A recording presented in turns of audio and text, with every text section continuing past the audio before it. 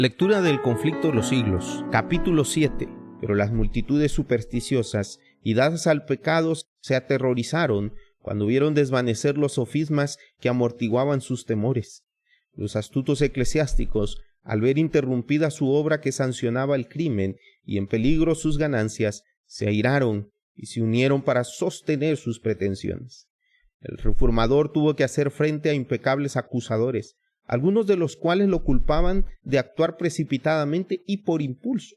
Otros lo acusaban de presuntuoso y declaraban que no era guiado por Dios, sino que obraba con orgullo y prepotencia. ¿Quién no sabe?, respondía él, que rara vez se proclama una idea nueva sin ser tildado de orgulloso y sin ser acusado de buscar disputas.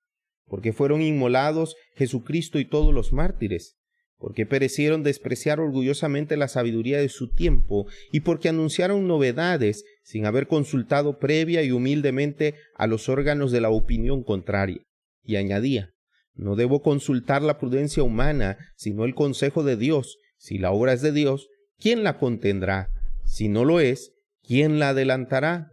Ni mi voluntad, ni la de ellos, ni la nuestra, sino la tuya, oh Padre Santo, que está en los cielos. A pesar de que Lutero había sido movido por el Espíritu de Dios para comenzar la obra, no había de llevar a cabo sin duros conflictos.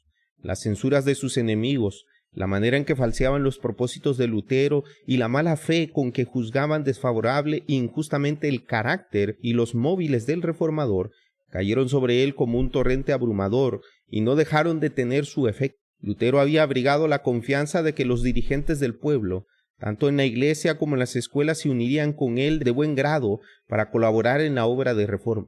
Ciertas palabras de estímulo que le habían dirigido algunos personajes de elevada categoría le había infundido gozo y esperanza. Ya veía despuntar el alba de un día mejor para la iglesia, pero el estímulo se tornó en censura y en condenación. Muchos dignatarios de la iglesia y del Estado estaban plenamente convencidos de la verdad de la tesis, pero pronto vieron que la aceptación de estas verdades entrañaba grandes cambios. Dar luz al pueblo y realizar una reforma equivalía a minar la autoridad de Roma y detener en el acto miles de recursos que ahora iban a parar a las arcas del tesoro, lo que daría como resultado reducir en gran medida la magnificencia y el fausto de los eclesiásticos. Además, enseñar al pueblo a pensar y a orar como seres responsables, mirando solo a Cristo para obtener la salvación, equivalía a derribar el trono pontificio y destruir por ende su propia autoridad.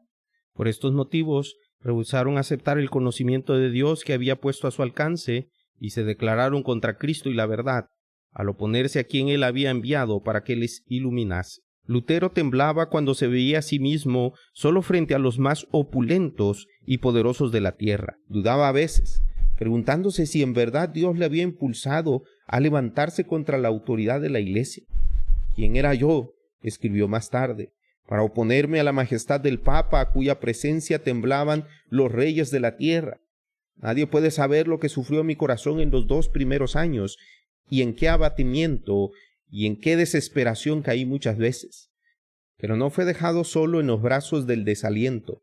Cuando le faltaba la ayuda de los hombres, la esperaba de Dios solo, y aprendió así a confiar sin reserva en su brazo todopoderoso. A un amigo de la Reforma escribió Lutero: no se puede llegar a comprender las Escrituras ni con el estudio ni con la inteligencia. Vuestro primer deber es pues empezar por la oración. Pedid al Señor que se digne, por su gran misericordia, conoceros el verdadero conocimiento de su palabra. No hay otro intérprete de la palabra de Dios que el mismo autor de esta palabra, según lo que ha dicho: todos serán enseñados de Dios. Nada esperéis de vuestros estudios ni de vuestra inteligencia. Confiad únicamente en Dios y en la influencia de su Espíritu. Creed a un hombre que lo ha experimentado. Aquí tienen una lección de vital importancia los que sienten que Dios los ha llamado para presentar a otros en estos tiempos las verdades grandiosas de su palabra. Estas verdades despertarán la enemistad del diablo y de los hombres que tienen en alta estima las fábulas inventadas por él. En la lucha contra los poderes del mal, necesitamos algo más que nuestro propio intelecto y de la sabiduría de los hombres.